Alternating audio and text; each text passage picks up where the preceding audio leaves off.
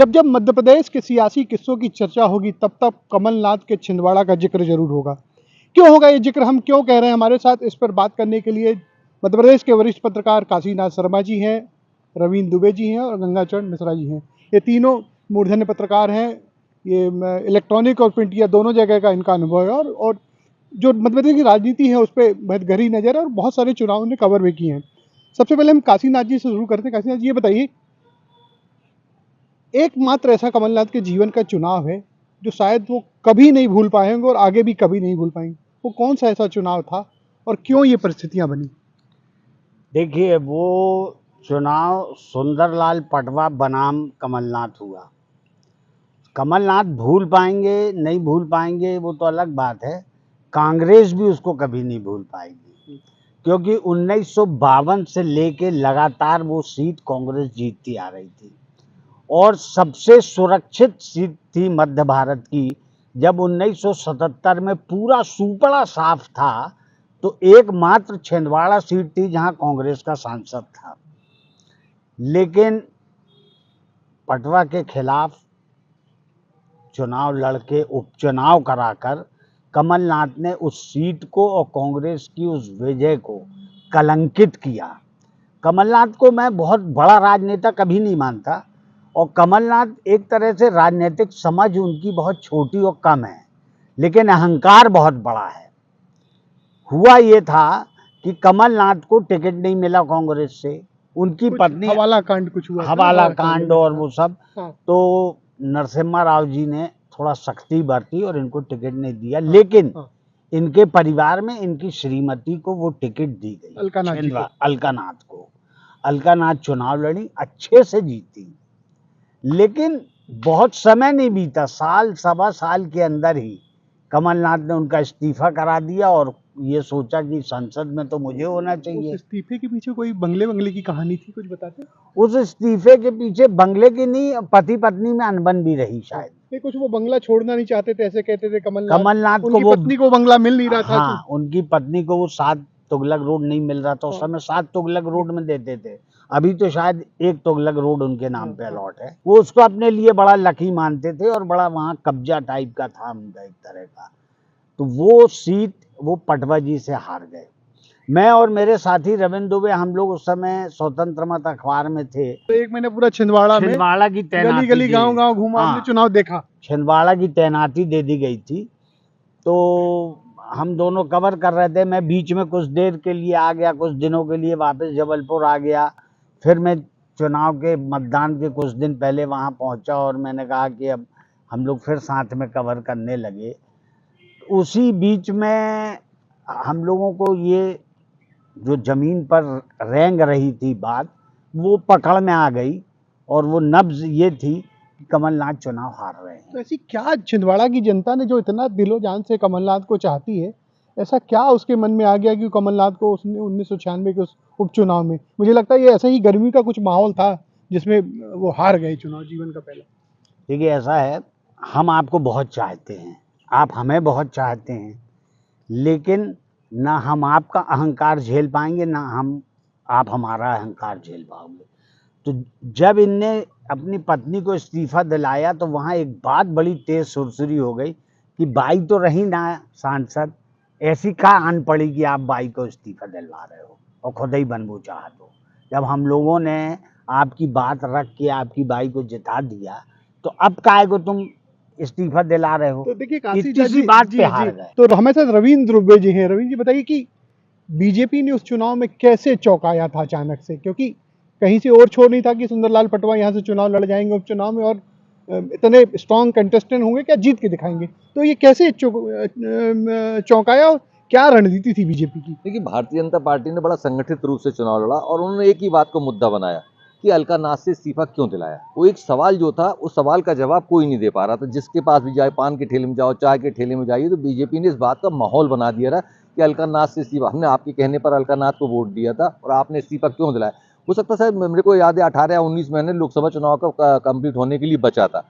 उस समय उन्होंने इस्तीफा दिलवाकर हवाला कांड से उनको बेदाग बरी हो गए थे और उसके बाद से उनको जल्दी थी कि फिर से संसद में पहुंच जाएं और संसद में रह के वो जो पुराना बंगला है जो खाली करने के लिए बार बार नोटिस आ रहा था वो उनके पास बहाल हो जाए। तो देखिए हुआ ये कि एकमात्र मध्य प्रदेश में उपचुनाव हो रहा था, पूरा प्रदेश का पूरा राजनीतिक जो जमघट है वहाँ पर हो गया था। कांग्रेस के तमाम दिग्गज नेता वहाँ पर थे, भारतीय जनता पार्टी के तमाम दिग्गज नेता, दिग्विजय सिंह की सरकार थी, गृह मंत्री चरणदास महंत थे, उच्च शिक्षा मंत्री रविन्द्र चौबे थे, ये तमाम लोग वहाँ पर सरकार के केंद्रीय मंत्री थे, प्रेम नारायण ठाकुर वहाँ छिंदवाड़ा के खुद मंत्री थे, ये तमाम लोग वहाँ छिंदवाड़ा में घूम रहे थे। सुरेश पचौरी कमलनाथ के चुनाव कार्यालय के संचालक हुआ करते थे, यहाँ जयंत मलैया संचालक थे, सुधा भाभी वहाँ पर खुद गाँव गली में घूम रही थी, दौरे कर रही थी, अखबारों का मीडिया यदि संचालन देख रहे थे तो प्रभात झा देख रहे थे। तो आप सोचिए कितनी गंभीरता से भारतीय जनता पार्टी वहाँ चुनाव लड़ रही थी। जब वहाँ भारतीय जनता पार्टी और आरएसएस का जो पेड वोटर था, संगठन था, वो काम कर रहा था और एक ही सवाल खड़ा कर रहा था, कमलनाथ जी ने अपने पत्नी से इस्तीफा क्यों दिलाया, ऐसी क्या वजह थी। हम तो आपके कहने पर आ रहे थे और देखिए वहाँ कमलनाथ की वाकई में इज्जत थी। और ऐसा नहीं, कमलनाथ जब चुनाव हारे उसके बाद फिर मैं गया वहाँ, मेरे को अखबार की तरफ से भेजा गया कि आप जाइए और वहाँ लोगों से बात करिए। तो कमलनाथ गांव गली में दौरे करते थे, लोग गले लग के रोते थे। कमलनाथ के बारे में यानी जनता ये कहती थी कि साहब हमने आपके कहने पर जिताया था, लेकिन आपके लोगों ने हमें धोखा दिया। तो जिन लोगों ने धोखा दिया रहा, कमलनाथ ने कईयों को जेल पहुंचाया, कई लोगों से इस्तीफा लिया, कोई नगर पंचायत का अध्यक्ष रहा। इस तरीके के बड़े भावनात्मक संबंध कमलनाथ के वहाँ देखने को मिले। लेकिन भारतीय जनता पार्टी ने जो सेंध लगाई छिंदवाड़ा के गढ़ में, वो एक ही सवाल थे कि अलकानाथ से इस्तीफा क्यों दिलाया, और पूरी भारतीय जनता पार्टी चली गई। देखिए एक रोचक और तथ्य मैं आपको बताना चाहता, काशीनाथ जी भी वहाँ पर थे। चुनाव के सारे लोग, पूरे मध्य प्रदेश के इतने बड़े बड़े माफिया भी आ गए थे, राजनीतिक लोग भी थे, कार्यकर्ताओं का जमघट था। तो पूरे प्रशासन को, सरकार को लग रहा था कि आखिरी दिन यहाँ पर बड़े पैमाने पर झगड़े होंगे, कोई भी बूथ ऐसा नहीं बचेगा। हमको याद है एएन सिंह साहब इंटेलिजेंस आईजी हुआ करते, वो लगातार बार बार दौरे कर रहे थे। वहाँ कलेक्टर मनु श्रीवास्तव थे, वो लगातार दौरे कर रहे थे, जाके पता लगा। तो सबको लग रहा था कि वोटिंग दिन कुछ अप्रत्याशित होने वाला है। देखिए प्रशासन ने भी बड़ी तैयारियां कर रखी थी, ऐसा नहीं था। अचानक हम लोग को ये बात नहीं पता थी कि कल सुबह क्या होने वाला है। वोटिंग के दिन रात को 12 बजे आदेश आता है कि 4 पहिए वाहन नहीं चलेंगे। यानी सोचिए कि वो अचानक वहाँ एक होता है कि लोग, जो आदमी जहाँ था वहीं थम के रह गया। एक बात ये भी कही जाती कि दिग्गी राजा भी नहीं चाहते थे कि ये चुनाव जीते कमलनाथ जी। नहीं, दिग्विजय सिंह को ये आहट था। देखिए हम लोग को एक बार चुनाव आम सभा करके निकल रहे थे और उनको कार में बैठते बैठते काशीनाथ जी हाथ पकड़ कर रोक लिया था और उन्होंने बोला, क्या आपको लग रहा है कि जीत जाएंगे? तो उन्होंने दावा किया। तो इन्होंने बोला भी, बड़े हंस के बोला कि हमारा सर्वे कह रहा है कि कमलनाथ हार रहे हैं। तो बड़े मुस्कुराते हुए कार में बैठ गए, चुनाव है तो कुछ भी हो सकता है, और बैठ गए। वो हंसते हुए बैठ गए थे उसमें, ऐसा नहीं कि उन्होंने, जबकि पूरी सरकार के पूरा मंत्रिमंडल जो कमलनाथ समर्थक मंत्री थे वो छिंदवाड़ा के हर जिले में थे। ऐसा नहीं सबको, कोई किसी को पांडुरंगा का प्रभाव मिला था। हरबंस सिंह वहाँ एक्टिव थे। बल्कि दिग्विजय के लिए चुनौती थी, क्योंकि दिग्विजय सिंह को मुख्यमंत्री बनाने में भी कमलनाथ का सबसे बड़ा योगदान रह कहते हैं। देखिए दिग्विजय सिंह बड़े थे वो अर्जुन सिंह समर्थक। देखिए अंततः उनका गुरु, राजनीतिक गुरु अर्जुन सिंह थे। और मुझे ये भी याद है कि कृष्णा होटल के एक कार्यक्रम में अर्जुन सिंह के कार्यक्रम को संबोधित कर रहे थे। मीडिया से जुड़ा, अखबार से अजीत वर्मा जी का पत्रकार संघ का कार्यक्रम था, वहाँ से वो निकल रहे थे। बाहर जैसी कार्यक्रम खत्म हुआ तब तक सूचना आ चुकी थी कि अर्जुन सिंह को 6 साल के लिए निष्कासित कर दिया गया। दिग्विजय सिंह मुख्यमंत्री थे और वो दोनों मंच शेयर कर रहे थे। जब कृष्णा होटल से बाहर निकल रहे, एक वरिष्ठ पत्रकार ने दिग्विजय सिंह से बोला कि अर्जुन सिंह साहब का तो इस्तीफा हो गया। तो उन्होंने हंसते हुए बोला, अच्छा निकाल दिए गए क्या? ये बड़ा उन्होंने व्यंग्यात्मक उसमें बोला, अच्छा तो निकाल दिए गए क्या? 6 साल के लिए पार्टी से निकाल दिए गए? तो ये दिग्विजय सिंह का हंस के हर बात को लेना, जो वो अपने गुरु के बारे में इस तरीके से बड़ा सहज तरीके से ले रहे थे। मतलब कुल मिला के जनता ने गुरूर तोड़ा, कह सकते हैं ना, राजनीतिक गुरूर जो होता है नेताओं का या पावर का, सत्ता। हाँ, वो ये बात कहती थी जनता की, देखिए हम आपको फिर जिता देंगे। और बाद में उन्होंने जिताया। जो 50,000 से वोट से बीजेपी जीती थी, पटवा जी जीते थे। लेकिन जब मुख्य चुनाव लौट के आते हैं और कमलनाथ प्रत्याशी बनते हैं, वो 1 लाख से ज्यादा वोटों से जीतते हैं। तो देखिए कमलनाथ का लोकप्रियता आज भी बरकरार है। मैं अभी भी बार बार लोगों से कहता हूँ कि भारतीय जनता पार्टी जो सपना देख रही छिंदवाड़ा में, उसके बीच में दीवार कमलनाथ बने हुए। जिस तरीके से वो सक्रिय लगा, क्योंकि मैंने गांव गली में कमलनाथ का वो पैठ देखी है, तो कमलनाथ अभी भी दीवार बन के खड़े हुए हैं। कितने भी कार्यकर्ता तोड़ लें, लेकिन जैसा हम कहते हैं कि उनका जो वोटर है वो कमलनाथ का वोटर है। ना भी चक्रव्यूह बीजेपी ने बना रखा हो, लेकिन रविन्द्र दुबे जी कह रहे हैं कि जो कमलनाथ का जो प्रभाव है, जो उनसे जुड़ाव है, वो अटूट है। और उन्हें अभी भी लगता है कि कमलनाथ उतनी मजबूती से वहाँ टिके हुए हैं, नकुल नाथ के लगे। हमारे साथ गंगाचरण मिश्र जी भी हैं, उन्होंने भी उस चुनाव को बहुत करीब से देखा है। गंगाचरण ये बताइए, वो 1996 का चुनाव जब कमलनाथ को एक झटका लगा और कुछ वैसी परिस्थितियां, ऐसा बताया जा रहा है कि ये 2024 के चुनाव में जब उनको अग्नि परीक्षा देनी पड़ रही है छिंदवाड़ा की जनता के आगे, तो क्या ऐसी परिस्थितियां बनी कि आज इतना मतलब असहाय कमलनाथ खुद को महसूस कर रहे थे बड़े नेता नहीं, होके। ये गलत है कहना कि कमलनाथ खुद को असहाय महसूस कर। उनके साथ के लोग इतने सारे दीपक सक्सेना सरी के लोग छोड़ के चले गए। देखिए क्या है, कमलनाथ का एक अपने आप में एक राजनीतिक उधर पे जो समीकरण है, जनता के बीच में जो एक जुड़ाव है, वो कुछ अलग है। दीपक सक्सेना कमलनाथ के ही खेमे के हैं, और दीपक सक्सेना के बाहर जाने या भाजपा में शामिल हो जाने का असर पड़ेगा ये कहना उचित नहीं है, वोट क्योंकि में कन्वर्ट होना पर मनोवैज्ञानिक बढ़त तो ले ही लेती पार्टी है ना ऐसी। देखिए राजनीति में मनोवैज्ञानिक बढ़त पे अगर अपन जाते हैं तो बहुत सारी चीज़ें सामने आती हैं। अभी भाजपा में भी बहुत सारे मनोवैज्ञानिक उलटफेर हो चुके हैं। अभी बिहार और यहाँ पे देखें तो कुछ लोगों को टिकट कटे हैं, कुछ लोग अभी भी ऐसा कर रहे हैं। बहरहाल मुद्दा कमलनाथ पे अगर आते हैं तो कमलनाथ, जैसा कि काशी जी ने कहा, उनसे हम इस बात में सहमत हैं कि कमलनाथ एक पॉलिटिकल लीडर कम, वो कुछ अलग है। वो अपने तरीके से मास लीडर है, मास, जनता के नेता। हाँ, वो भीड़ का एक ऐसा नेता है, एक ऐसा चेहरा है।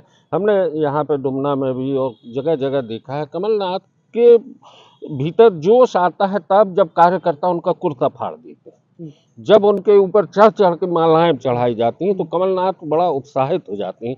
कई बार हमने ये भी देखा है कि कमलनाथ के पास कार्यकर्ताओं के जाने का जो सिलसिला लगता है, उसमें वो छोटे से छोटा वो पकड़ के बुला लेती है, अरे तुम भी आओ। विधानसभा की बांट रही अब ये पकड़, जो राजनीतिक पकड़ है, राजनीतिक पकड़ कमलनाथ जी की बहुत अच्छी है, और ऐसा है कि कमलनाथ जी ने अभी बीच में जो 15 महीने का शासन रहा, उस बारे में जरूर ये कहा जा सकता है कि वो दूरदर्शिता उन्होंने दिखाई नहीं। कमलनाथ जी ने कहीं ना कहीं उस समय जो गलतियां की, उसका परिणाम है कि एक चुनी हुई सरकार चली गई, और उससे शायद कमलनाथ जी का व्यक्तिगत मनोबल कुछ कमजोर हुआ होगा। ये गंगाचरण बताइए, जब कमलनाथ इतने बड़े नेता थे, एक तरह से टिकट बांटते थे वो मध्य प्रदेश में विधायकों की, लेकिन इस चुनाव के पहले उनमें क्या ऐसी घबराहट हुई कि उन्हें दिल्ली दौड़ लगाई और ये आशंका होने लगी कि वो और उनके पुत्र बीजेपी में जा सकते हैं? नकुल नाथ ने अपना ट्विटर का तो बायो तक चेंज कर दिया था, तो इससे भी क्या वो कमजोर हुए क्या, उनका जो देखिए राजनीतिक अभियान? कमलनाथ जी एक बहुत बड़े उद्योगपति, राजनेता, जैसा कि काशीनाथ जी ने भी कहा, हम मानते हैं वो एक राजनीतिक सोच से थोड़ी अलग हटके हैं। जैसा कि हम बोलते हैं ना कि एक अपन देखते हैं परोरना किसी भी चीज़ में, हमें लगता है कि ये उस समय पे जो कमलनाथ ने किया है, वो अपने ही भीतर के लोगों को देखना चाहते थे कि ये भाजपा की घुसपैठ कहाँ तक हो गई, और हो सकता है कि वो उसी क्रम में वो एक बार भाजपा को झटका दे दिया उन्होंने। हालांकि भाजपा उस समय बड़ी खुश थी, कमलनाथ जी भाजपा में आ रहे हैं। मुझे समझ में नहीं आता है कि क्यों उस समय तो बड़े ये तमाम विजय वर्गीय से लेके बड़े नेता सब ये खुश थे, देखिए अब कुछ बड़ा उलटफेर होने वाला है, कमलनाथ जी दिल्ली पहुंच गए हैं। फोटो वोटो भी इन लोगों के साथ की शेयर हो गई थी ट्विटर पर, जो कुछ हुआ वो सब ठीक।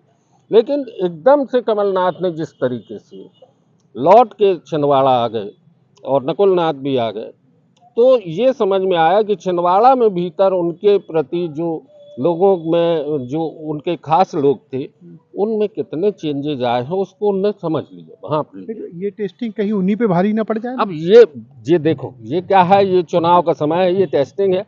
परवरने में कई बार ऐसा भी हो जाता है कि अच्छे दाने भी बाहर फेंक गए हों और बाद में उसका असर देखने मिले कुछ, लेकिन फिर भी हम ये कहेंगे कमलनाथ कार्यकर्ताओं में एक भ्रम तो पैदा हुआ, कार्यकर्ताओं में भ्रम हुआ, लेकिन कमलनाथ ने जिस तरीके से फिर से अपने आप को एक्टिव कर दिया है, जिस तरीके से वो जा रहे हैं, और कमलनाथ और नकुलनाथ का पूरा परिवार जिस तरीके से वहाँ दौड़ धूप कर रहा है, उससे लग रहा है कि कमलनाथ की एक अपनी छवि है और वहाँ के मतदाता में कमलनाथ के प्रति एक भरोसा है। तो देखिए गंगाचरण जी अभी भी कह रहे हैं कि वहाँ के जो मतदाता हैं उनमें कमलनाथ के प्रति अभी भरोसा है। हम काशीनाथ जी से पूछते, आपने 1996 का चुनाव भी देखा और 2024 का भी देख रहे हैं। 1996 के चुनाव में मुझे लगता है कि कमलनाथ के आत्मविश्वास में कोई कमी नहीं होगी, लेकिन अभी कहीं न कहीं डामाडोल है। क्या ऐसी परिस्थितियाँ निर्मित हुई कि जिससे इस तरह का एक क्या कहना चाहिए, परसेप्शन बन रहा है, या इस तरह की एक चीज़ें उभर के सामने आ रही कि कमलनाथ भी घबराए हुए लग रहे हैं? देखिए, आप उनको घबराया हुआ बिल्कुल नहीं मानिए, उनकी सीट छिंदवाड़ा है, छिंदवाड़ा का चुनाव है, क्योंकि पटवा जी से हारने के बाद उनका जो प्रहलाद पटेल से चुनाव हुआ, प्रहलाद पटेल से जो उनका चुनाव हुआ वो भी मैंने कवर किया। बाहुबल वाला चुनाव था। वो बाहुबल का भी था, धन बल का भी था, समान तरह का था। वो चुनाव भी कमलनाथ ने जीत लिया। हालांकि बहुत सकुचते, डरते, बड़ा डिफेंसिव मूड में कमलनाथ चुनाव लड़े, मगर जीत गए। 65,000 वोट से जीते, हल्का फुल्का चुनाव नहीं जीते वो। और उस समय इतना वोट से जीतना भी बड़ी बात थी। आज तो अब वोटर भी ज़्यादा, आबादी भी ज़्यादा है। लेकिन इस चुनाव में जिस तरह का परसेप्शन बन रहा है, लोगों को एक बात ध्यान रखना चाहिए, जब खुद कमलनाथ लड़ते हैं और चुनाव संचालन कोई दूसरे के माध्यम से होता है, तब वो चुनाव जीत जाते हैं। आज उनका लड़का लड़ रहा है और चुनाव का संचालन खुद कमलनाथ कर रहे हैं। एक तरह से ये माना जाए कि छिंदवाड़ा के एक एक रोए को, एक एक रोम को, एक एक कण को कमलनाथ जानता है और एक एक कण कमलनाथ को जानता है।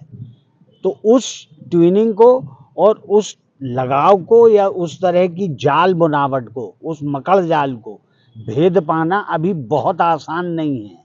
तो आप देखिए परसेप्शन कुछ भी बना लो, लेकिन अभी भी बढ़त पर कमलनाथ का लड़का ही चुनाव में है।